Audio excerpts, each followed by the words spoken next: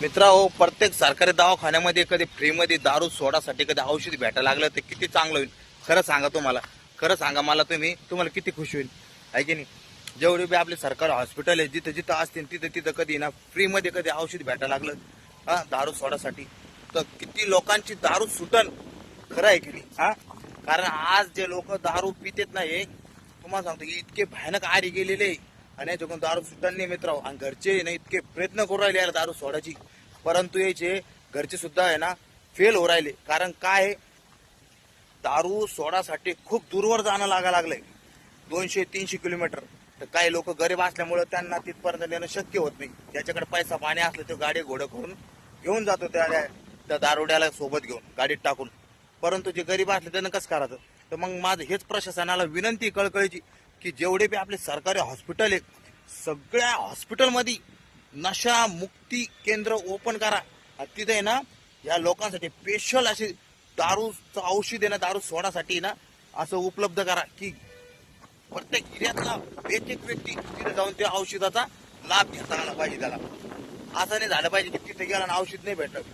Daily औषध, आता तुम्ही सगळ्या गोष्टीचं औषध ठेवता बरोबर आहे. कुत्रा चावलं, साप चावला, याचं औषध सरकार हॉस्पिटलमध्येच भेटतं आणि ओरिजिनल भेटतं.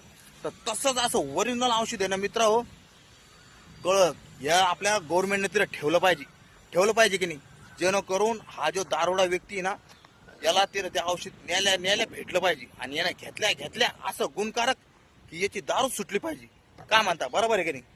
तर त्याच्यामुळं सरकारला माझी हात जोडून विनंती आहे की या दारोड्यासाठी तुम्ही प्रत्येक हॉस्पिटलमध्ये ना औषध उपलब्ध करा. कारण काय होतं मित्र, हे दारुडे सकाळी आपण जेव्हा चहा पितो का आपल्या हातात चहाचा कप असतो तेव्हा यांच्या हातामध्ये अशी दारूची बाटल असते. कशी, ही अशी दारूची बाटल.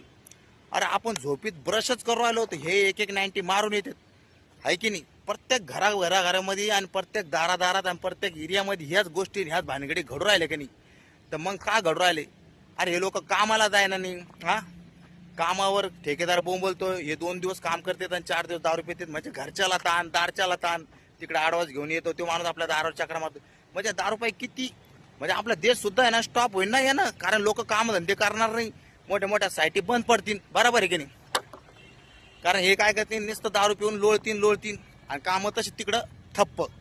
मग प्रशासनाला सरकारला माझी हीच विनंती आहे की तुम्ही औषधं उपलब्ध करा ना.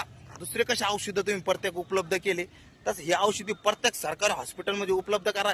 एरियातला नगरातला व्यक्ती तिला जाऊन ते औषध घेऊन त्या व्यक्तीला देता आलं पाहिजे आणि त्याची दारू सुटली पाहिजे. जास्त कोसभर आणि काय त्याला 400 किलोमीटर 500 किलोमीटर जायची गरजच नका पडू देऊ ना. राहू दे ना, जागच्या जागी तिला करा ना. आपल्या आता प्रत्येक शहरामध्ये 2-3 ठिकाणी तर सरकारी हॉस्पिटल असतात ना. मग तिथं औषध कधी भेटलं कधी तर किती खुश होईल त्याची फॅमिली. का म्हणता मित्र तुम्ही, बरोबर आहे की नाही. तर मग असं करा. माझी कळकळीची विनंती आहे तुम्हाला. आणि माझा हा व्हिडिओ कसा वाटला तुम्हाला मला कमेंटमध्ये सांगा. चला मग, जय हिंद, जय महाराष्ट्र.